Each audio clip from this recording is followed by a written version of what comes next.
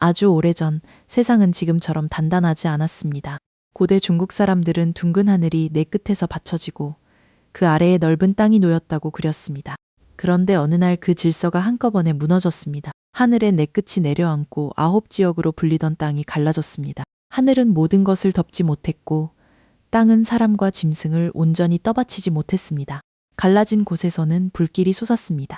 비가 내려도 불은 꺼지지 않았습니다. 다른 곳에서는 물이 넘쳐 끝없이 밀려왔습니다. 사람들은 불을 피해 물로 달렸고 물을 피해 높은 곳으로 올라갔습니다. 하지만 안전한 곳은 남아있지 않았습니다. 맹수는 피난하는 사람들을 덮쳤고 사나운 새는 노인과 아이를 낚아챘습니다. 이 재앙을 누가 일으켰는지 회남자의 이 대목은 말하지 않습니다. 이야기가 보여주는 것은 원인을 둘러싼 싸움이 아니라 이미 깨진 세계를 누가 어떻게 고칠 것인가라는 문제입니다. 그때 여호와가 나섰습니다. 여호와는 중국의 아주 오래된 신 가운데 하나입니다.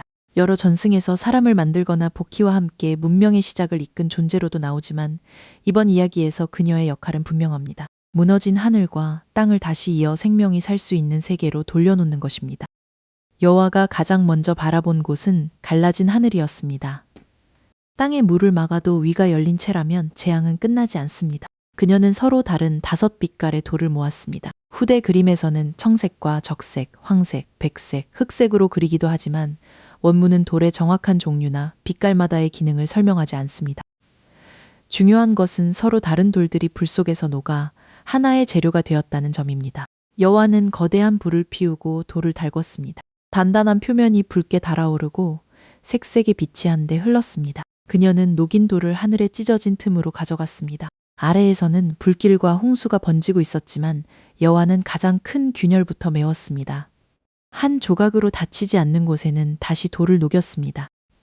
갈라진 틈 사이로 새던 빛과 바람이 조금씩 잦아들었습니다. 마침내 열린 하늘이 이어졌습니다. 흔히 여호와가 하늘을 꿰맸다고 말하지만 바늘과 실로 천을 꿰맨 것은 아닙니다. 돌을 재련해 거대한 균열을 메운 것입니다. 이 장면에서 여호와는 주문 한마디로 세상을 원래대로 돌리지 않습니다. 재료를 모으고 불에 녹이고 틈을 찾아 채웁니다. 세계를 되살리는 첫 단계는 기적이면서도 아주 구체적인 수리 작업이었습니다. 하늘의 틈을 메웠다고 모든 문제가 풀린 것은 아니었습니다. 하늘을 받치던 내 끝이 이미 무너졌기 때문입니다. 금이 간 지붕을 붙여도 기둥이 쓰러져 있다면 다시 내려앉을 수 있습니다. 여호와에게는 하늘을 떠받칠 새 기둥이 필요했습니다.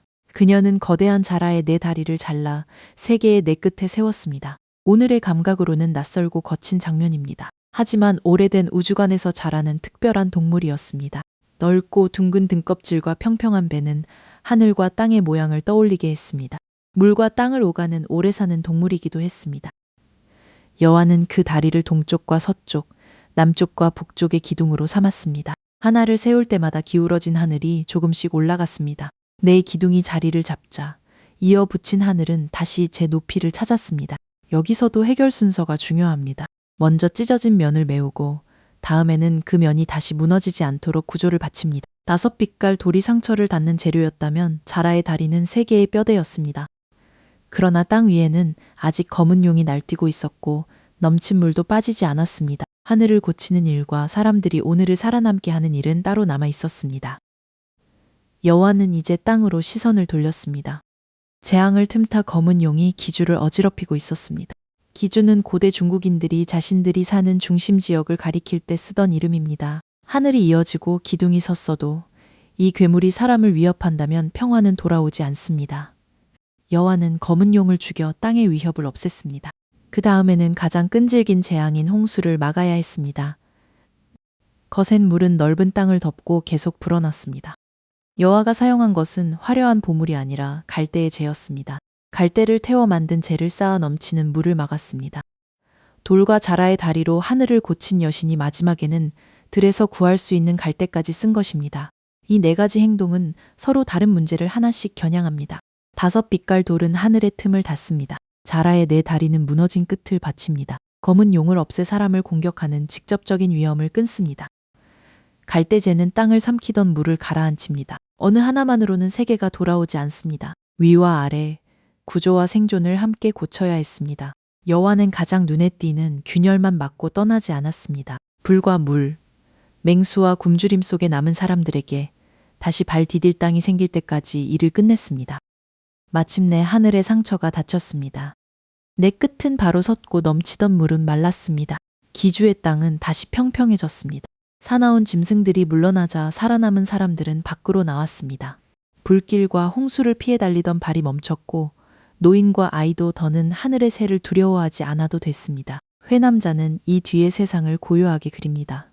짐승과 독사는 발톱과 독을 감추고 사람들은 무엇이 자신들을 살렸는지도 모른 채 조화를 되찾습니다. 여호와는 자신의 공을 크게 알리지 않습니다. 하늘 끝까지 닿는 일을 해냈지만 이름을 외치거나 대가를 요구하지 않았습니다. 세상이 다시 자연스럽게 움직이도록 해놓고 그 질서 속으로 물러납니다. 그래서 이 이야기는 누가 재앙을 일으켰는가 보다 누가 무엇을 고쳤는가에 오래 머뭅니다. 여호와의 힘은 한 번에 모든 것을 없애는 힘이 아닙니다.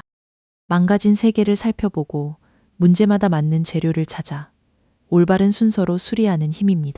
하늘에는 돌을, 무너진 끝에는 기둥을, 날뛰는 괴물에는 맞설 용기를, 홍수에는 갈대의 재를 씁니다. 5 빛깔 돌이 마지막 틈을 닫자 사람들은 다시 하늘 아래에서 살 수 있었습니다. 여호와가 남긴 가장 큰 흔적은 거대한 기념물이 아니었습니다. 아무 일도 없었던 것처럼 아침이 오고 땅을 딛고 아이들이 자랄 수 있게 된 평범한 세상 그 자체였습니다.